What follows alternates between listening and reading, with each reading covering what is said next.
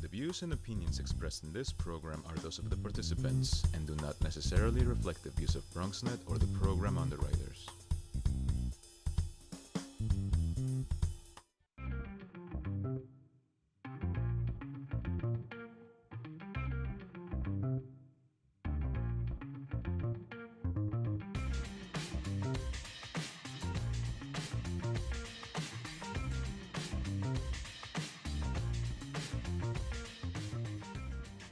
Hey folks, time for the Bronx Buzz. As you probably know, this is the program where we talk to Bronx journalists, Bronx photographers.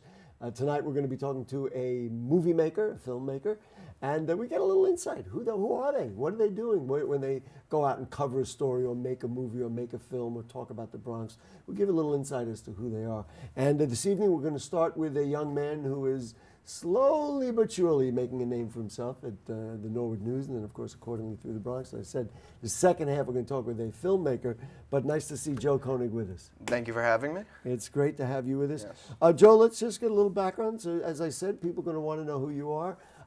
Talk to me a little bit about where you're from and how you got to the point where you're at the Norwood News. Well, I grew up in Westchester. I'm the son of two parents who grew up in the Bronx. I knew there was a connection. Where in Westchester? Let's be clear. Croton-on-Hudson. It's Okay. a small town on the Hudson River by like Ossining and Peekskill. Right. But then I went to school out in Stony Brook University out on Long Island. Studied journalism there, great journalism program. And then a few months ago, I started working with David Cruz, editor-in-chief of the Norwood News, and I've been doing journalism there ever since. Are you still? I mean, I'm not trying to delve into your personal life. No. Are you still living in Westchester? No, I live in the Bronx. Live in the Bronx. I live over on Henry Hudson Parkway. Oh, there you go. Yeah. Very nice. And So I'm on one learning hand, my- you're from outside. On Yes. the other hand, but not really, because you have roots here. Your parents have roots here. Yeah, and so all that. I've been coming back to the Bronx every, when I came home from college, I would come home to the Bronx, yeah. What was it in your mind that made you say, I think I want to be a journalist? Because it sounds to me like you went to Stony Brook for journalism. Yes. Where along the way? I mean, did you say, gee, I want to do this crazy thing? Well, I enjoy writing, and there's not a lot of ways to get paid to write unless you're really good. And journalism is a way to get paid to write and to practice your writing, and you get to meet a lot of interesting people and cover a lot of interesting topics. And I don't have one particular field of interest. I like to learn about a lot of things, and journalism lets you do that. For many young journalists that we talk to, there's two possibilities, or Yes. three really. Number one, and you've mentioned it, is it the writing? Is it the coverage of news? Right. Or is it kind of an amalgam? Because you did express, well, it's a way to make a living. That's Right. true, but it sounds like that you have a broader look at the notion of writing. Yeah, I mean, I grew up, I really enjoyed writing. I enjoyed all my English classes. I would write stories. Even in high school. Even in high school and everything. And so, I liked telling stories, and journalism lets you tell other people's stories, and I happen to just do it through writing, but, obviously there's TV and other forms. The world is changing Right. for journalists. We Yes. know that. Talk to me about how it's been. Now, you've been at the Norwood News as part of a school thing, or you're done with school and you're just. I'm pretty much done with school. I'm working there.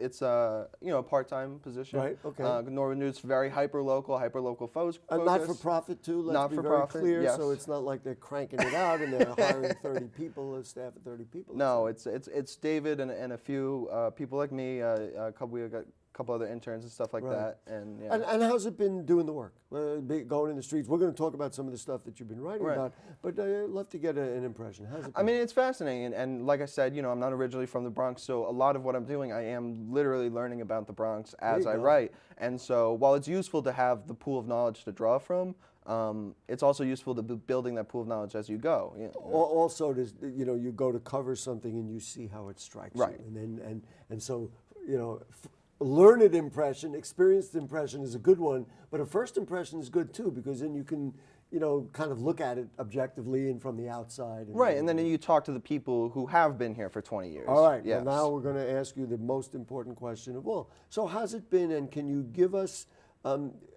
in a way, and I realize you're not a total stranger. We've had people who come from really elsewhere.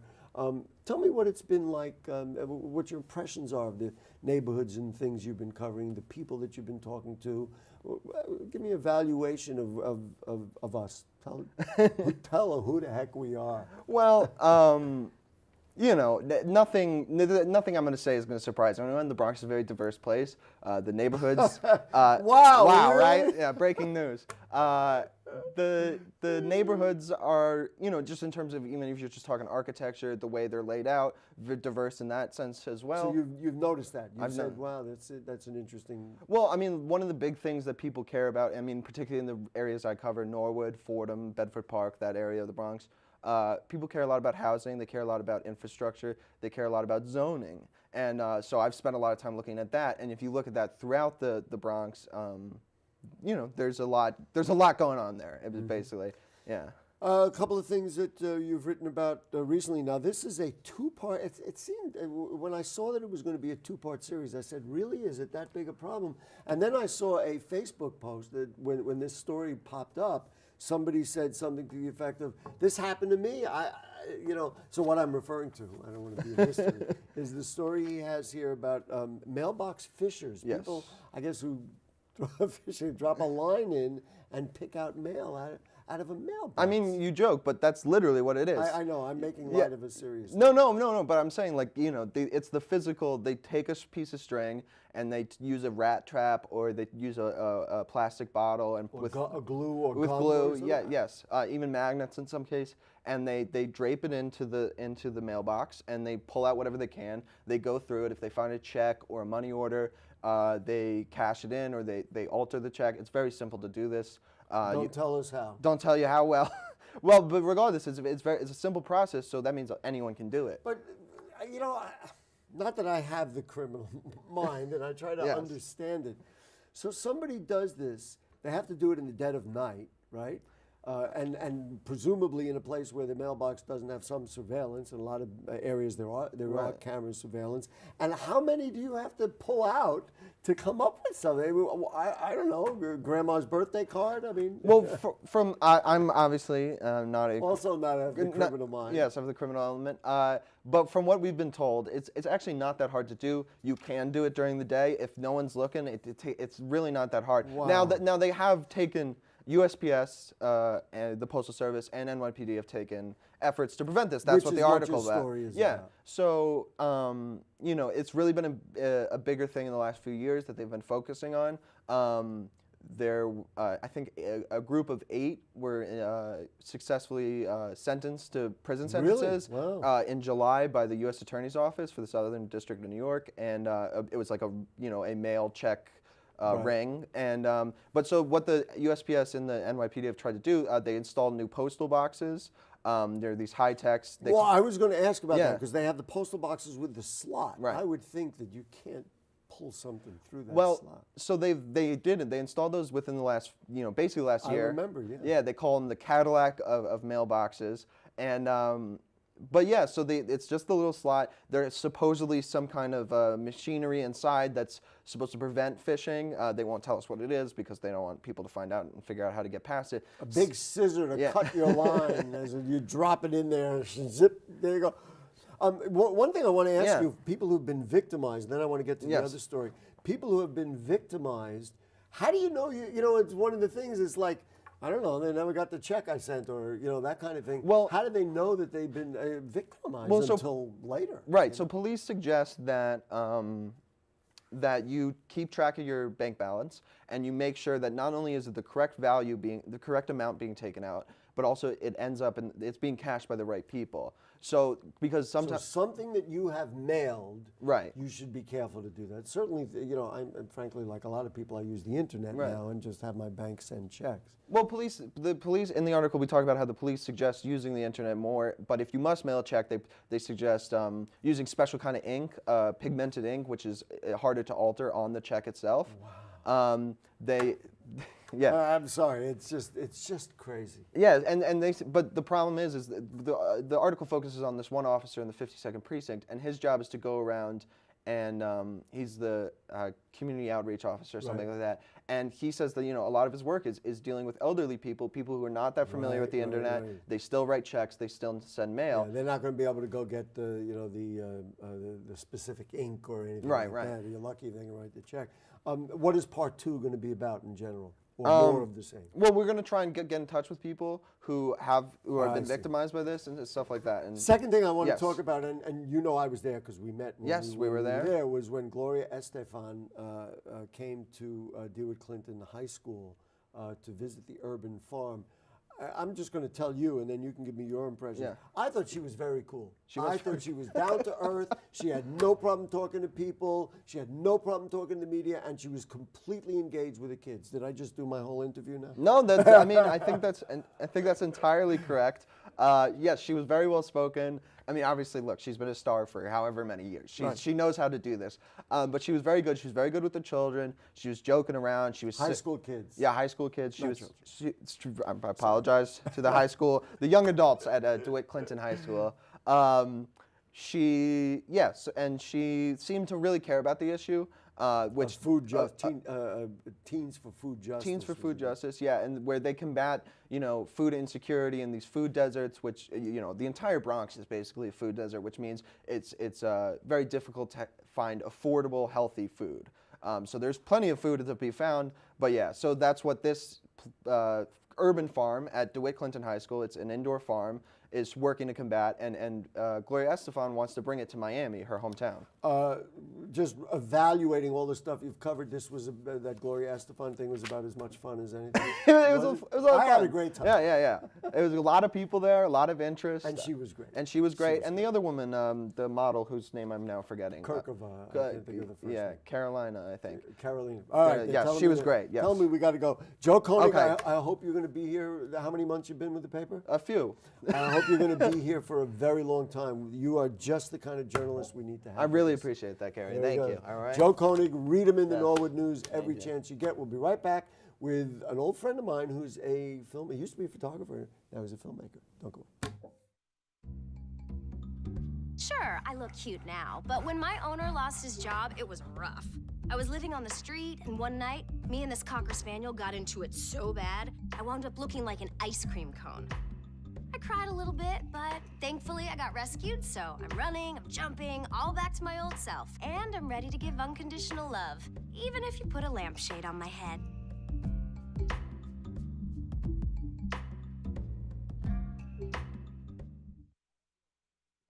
It's not always easy being a dad. Do you have panda asthma too? Does that run in the family? This is the home of the most priceless kung fu artifacts. But when you make an effort, Dad, we're not supposed to touch anything. Oh, sorry. Go along, son. it's always worth it. Whoa! The smallest moments can have the biggest impact on a child's life. Take time to be a dad today. I am gonna get you. I'm gonna get you. Call 877-4DAD-411 or visit fatherhood.gov to learn more. You know what, guys? There's a lot of tree branches and dry brush over here. We should probably move the bonfire over there.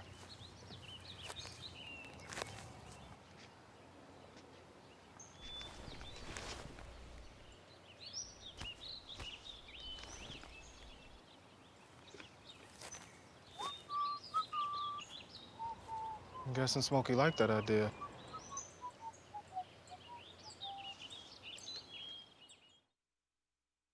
Hey, it's Ava, and this is Tess from Vivo's Do It Yourselfie, where we recreate the hottest looks from today's biggest music videos. After cleaning out our closet, we have a lot of clothes we don't wear anymore. Like this old t-shirt. It's not garbage, it's actually a brand new rug. And to make it, all you need to do is cut, tie, and glue. Cut the t-shirt into strips. Tie the strips into knots. And glue the knots to the bath mat. I love it. Give your garbage another life. And recycle.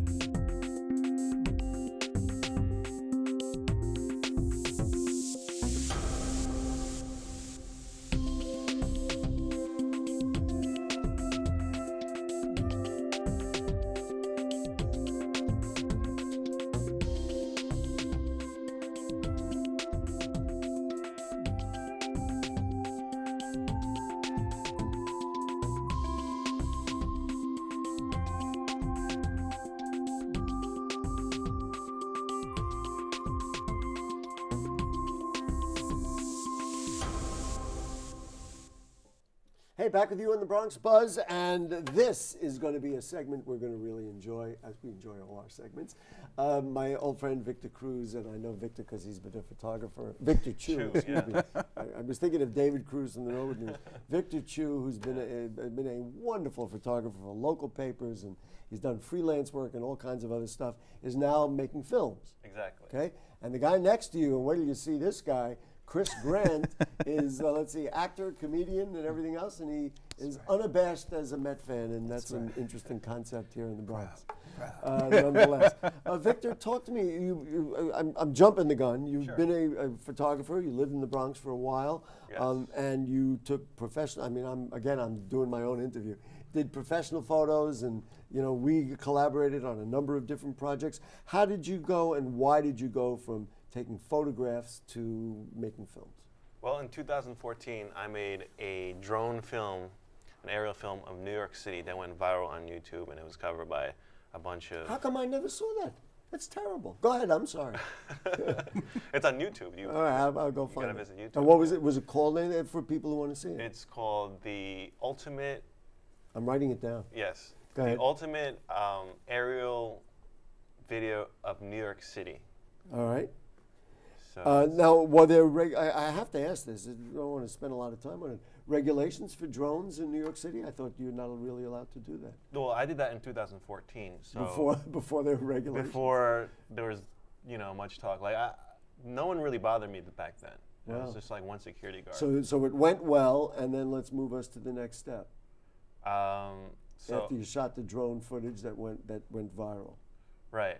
So after it went viral, I started doing a lot more video, because I had a fan base and a lot of people emailing me after, because I went on the news and everything, Wow. Pix 11 and News 12, and now BronxNet. BronxNet, yeah.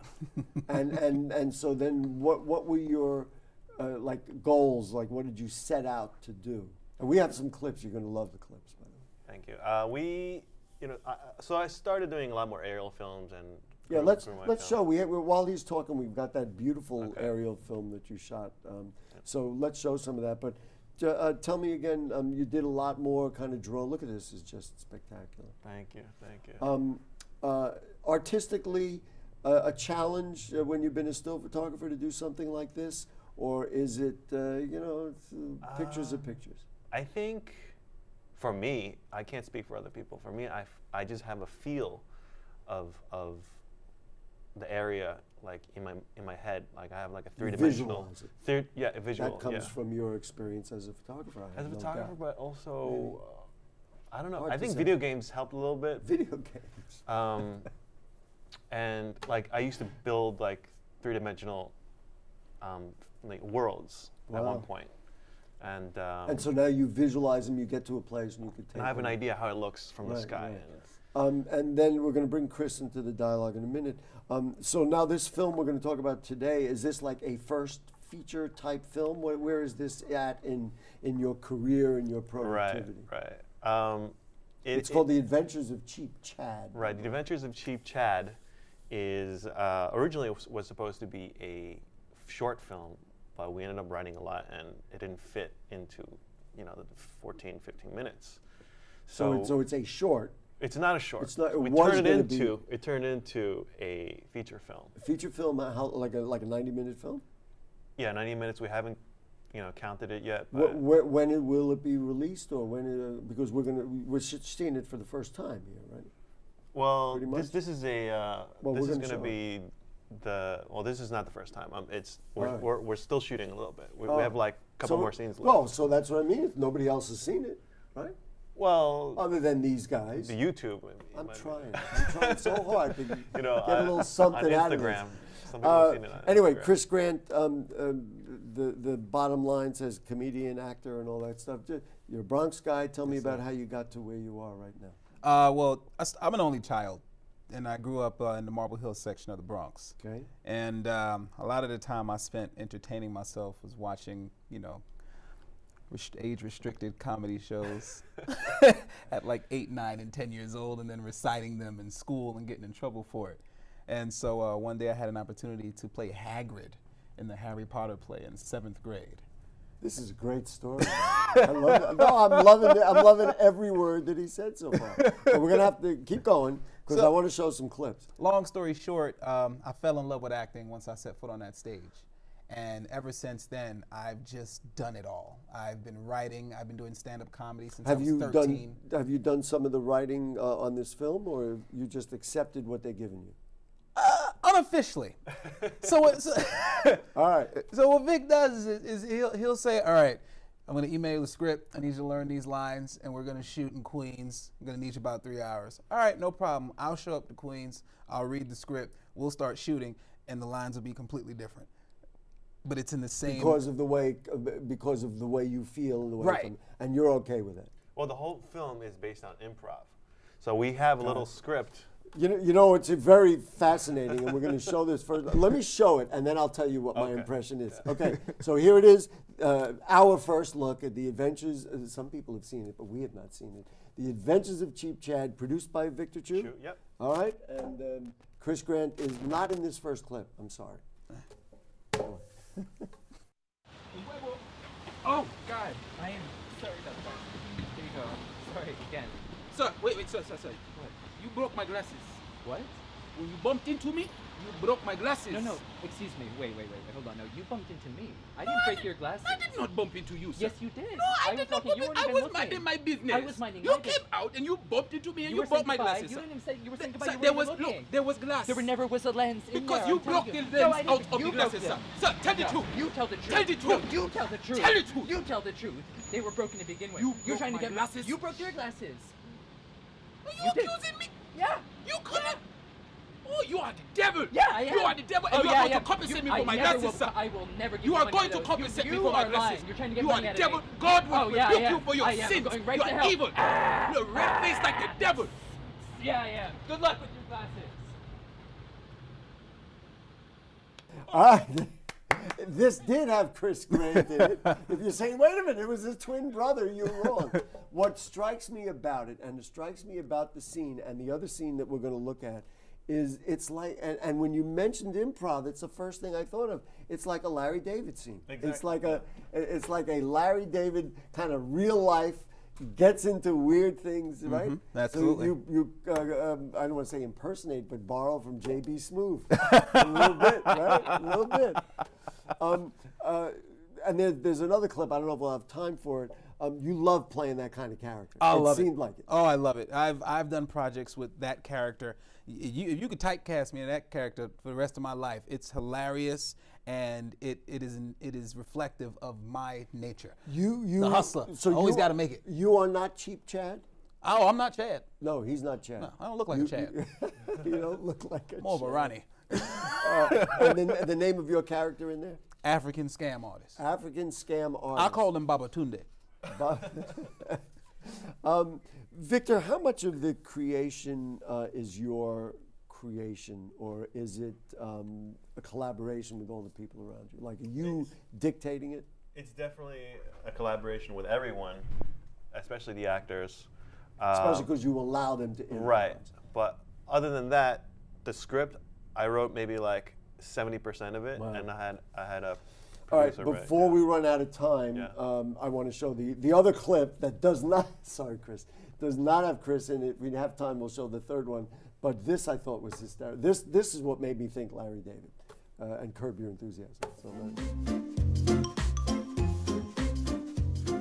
It's about something else. I don't want ice in it. I just want the drink, because you guys, you fill it to the rim with ice, and then there's no drink in it. And I'm on to the tricks of places like this, okay? I don't want ice in it. I never order ice anywhere I go. You can ask her. Sorry, hold on. If you just no, but if you just didn't put ice in it, we could all go, right? We can all order and go home.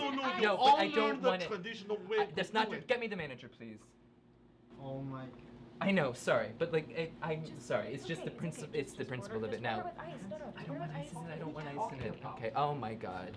Okay, I'm Look the at manager. who it is. It's the same. I'm the No, manager. stop. That was my cousin. No, you. Is it's every the same Asian person. look same to you? Excuse me? To No, you? no, No? no. No, it's- no, then let's talk. No, you're the same person. I'm not. not You the- no. that's my cousin. He's very. I'm not racist. You're gonna make this about race now? Look, It's about ice. Sir, He's you not are a on different camera. person. He's the same You are person. on camera. He's screwing with me. We are gonna He's messing call with my mind. security. He's trying to drive me. Call ahead. We're gonna call call the bubble security. tea security. Go Okay, ahead, well, please. but you are I will in see trouble. what they say. You No, are you in are. very good You are. No, trouble, you. okay? You We are a have a lot menace. of You are a securities. menace to society. The Oh fact that my listen, God. what kind of world do we live in? It doesn't matter when you just can't order a drink without ice, right? I mean, give me a break. I don't want ice. You know what? You know, I will go. And I, you know what? I'm gonna take a business card. I don't know what I'm gonna do with it, but I'm gonna take it. You have to take care of your health. I'm You taking. are not- you- What do No, you I want? don't worry What about do my you health. want? What Don't do worry you about want? my health. Take one. Take I'm two, taking. take I'm three. taking all of them. I'll take all of them. And I'll get out of there. How about that? Good luck to all of you. Thanks a lot. No, yeah. Congratulations. Oh, yeah. Good luck. Oh, we're all getting a good laugh in here. Tremendous. I mean, I hope people follow it. He wants a drink with no ice, and it becomes a problem. Everybody's yelling at him. And then the guy, he says to the guy, I want to see the manager. He goes out, he goes back. Wait a minute, I'm the manager. Oh, my goodness. Victor, very, very, very good. What's your anticipation of timing and all that kind of stuff? We plan to release around the summer, maybe the spring, but most likely the summer. And the release will be like, how will people be able to see it or find it, or you'll come back here and we'll deal with it? We could. Well, we have a couple of locations in mind. We have, so starting off from Queens, the movie's shot about Queens. So we have one in Coffee in Long Island City and QED Well, in I hope, Korea. especially because he's a Bronx guy, I hope he's a scam artist, Bronx guy. Babatunde? Babatunde, yeah. Babatunde, yeah, I picked that right up. Well, great. Chris Grant, thank you so much Pleasure. for joining us. Thank you. We want to see more and more of you, and I want to see more stuff in that movie. Yeah, and Victor, my friend, you want to take our Thank you, picture? Gary. We're live on the air This, while we're still this is my sitting selfie stick right here. Oh, he's got the whole thing going. Yeah, All right. there we go. So Victor, as I said, former photographer. Now you're getting to see. There we go. Everyone's We're in all the taking shot. our pictures. Don't forget to get the mints. One more. All right, there you go. Goodbye, everybody. We'll see you next week. We'll see you on Bronx Talk. Jeff Dinowitz will be our guest Monday night on Bronx Talk. So.